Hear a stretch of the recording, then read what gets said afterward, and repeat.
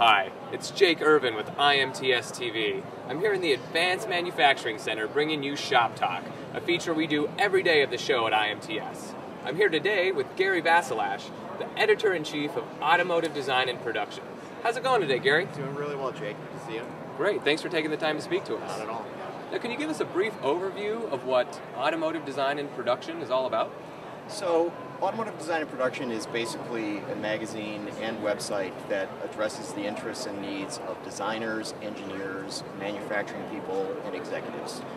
And so we cover IMTS, and we cover things that are completely germane to manufacturing. And although our coverage is primarily focused on readers in the United States, we do have a global footprint. We can go around the world and see interesting things that people are doing. And what is the editorial focus of Automotive Design and Production magazine? Well, the editorial focus is basically what the name of the magazine is. So we are looking at vehicle development from its inception, the design part, all the way through the production part. So we take all the steps of product development, and that's what the magazine is all about. Okay, and what are some of the exhibitors here at IMTS that would be reading Automotive Design and Production magazine? Although this is going to sound smart, all of them ought to be reading the magazine, because if you look at the auto industry, whether it's North American auto industry or global auto industry, it is the largest industry and the largest consumer of equipment and technologies that are in exhibit here. So whether it's machining centers or cutting tools, the greatest number of them are being used by the auto industry. Okay, I see. So what are some of the metal cutting challenges that auto manufacturers are facing right now? Well, there's a huge challenge that the OEMs are facing, and that is in 2025 the regulation for miles per gallon, the corporate average fuel efficiency number is going to 54.5 miles per gallon, which is a huge change from where we're at right now. And that's the CAFE standard? CAFE standard. So essentially what this means is they have to transition what they've been making, particularly in the area of powertrain, okay? And if we think about a car, the most concentrated area of metal, the most concentrated area where there is chip removal in manufacturing is in the powertrain. So what you're seeing is the auto companies are having to say, in order to get this number, we've got to have different types of engines. So we've got to start turbocharging engines, we've got to start supercharging engines, we've got to downsize engines, we've got to think about having hybrid vehicles, we've got to think about having electric vehicles, and all of that means that they need to change their manufacturing equipment in a way that they've never had to pretty much in the history of the auto industry. Because if you think about it, for about the last 100 years or so, the auto industry has been a monoculture in terms of how cars were powered. Everyone had a gasoline engine in their car. And if they didn't have a gasoline engine in their car, and there were a very small number of them had diesels, okay? What we're going to be seeing now is that there's going to be a mixture in terms of what's under the hood. There will continue to be internal combustion engines, okay, but they're going to be downsized, supercharged, turbocharged, maybe both. They're going to be hybridized in some way, meaning if you were to go out and buy a brand new Malibu right now, that there's actually a supplemental system whereby you have an electric motor that is working with your engine. I mean, it's not a full-blown Prius-type hybrid, but it's a supplement, right? And so the manufacturers, the car manufacturers, are having to change up what they've been doing in terms of saying, okay, we were making V8s, now we're making inline 4s. You can't use the same equipment to do that anymore. Maybe we're making some 6s, but the number of 6s is going down. Maybe we've got to start making some diesel engines, because the diesel engines give you about 25% more fuel efficiency than a gasoline engine does. And all of these things lead into the need to change what they've been doing. So in past years, they'd say, well, you know what, we can just get some new tooling and we can adjust what we have. But with what they're facing now, it's game change. I mean, it's just completely different. Now, with these high tolerances and really precision parts, how do they enforce quality control of this stuff? Well, it's sort of interesting that if you think about the demands of quality that have been driven not only by consumers, by us, but by the fact that if you think about what causes a recall, okay, a recall in the auto industry is basically caused by there being a problem with quality somewhere along the way, right? So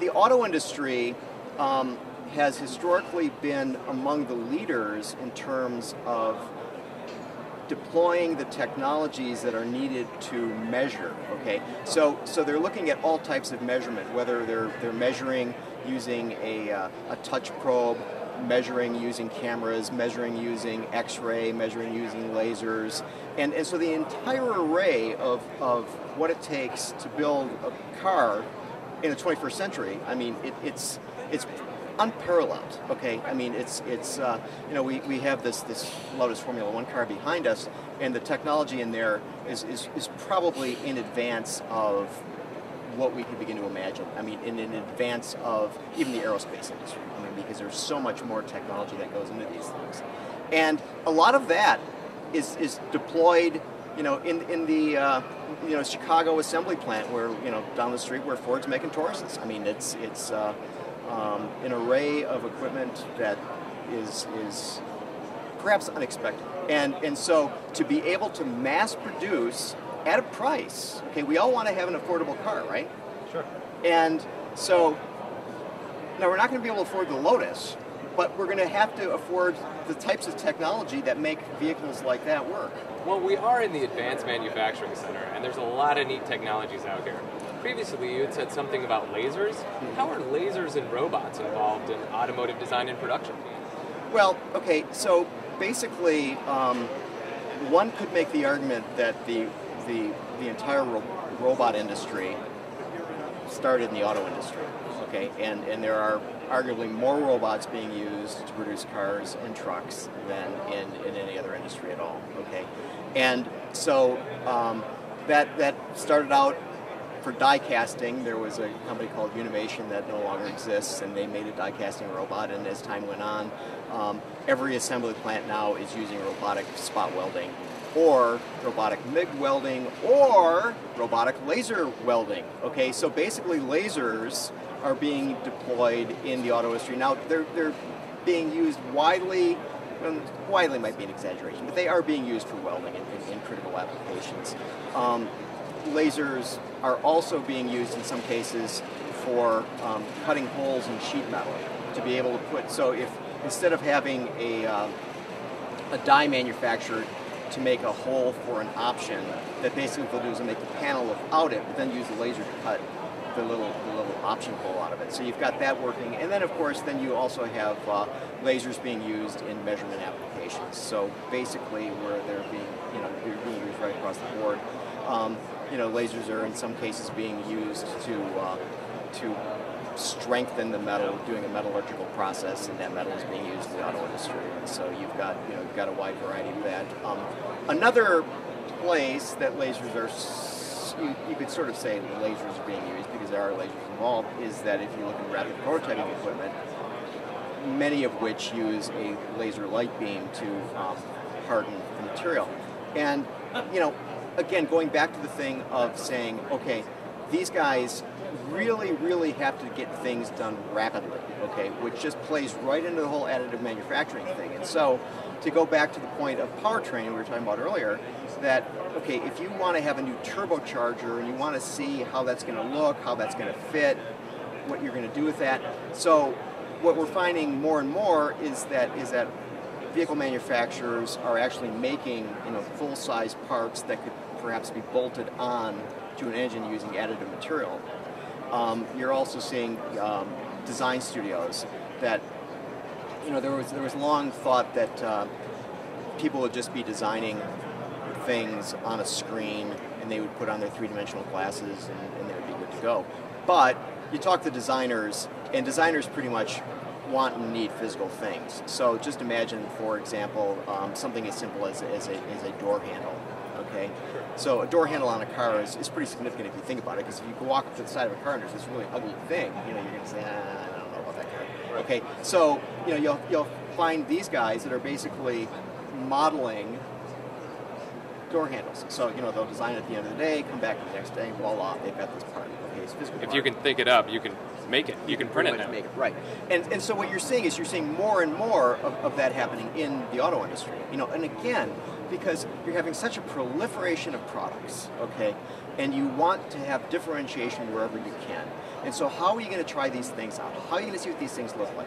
Yes, you're going to be using your CAD systems, and that goes without saying. But you're also going to be wanting to have physical models, because basically cars exist in 3 dimensions. They exist in the world. We want to see cars. We want to see the real deal, right?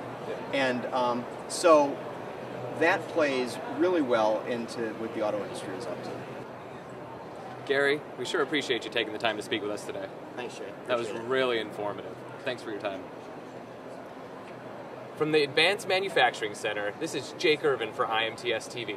Make sure to tune in every day at 1 p.m. for the Shop Talk segment that we're doing in conjunction with Gardner Business Media Publications. We'll see you next time, and have a great show.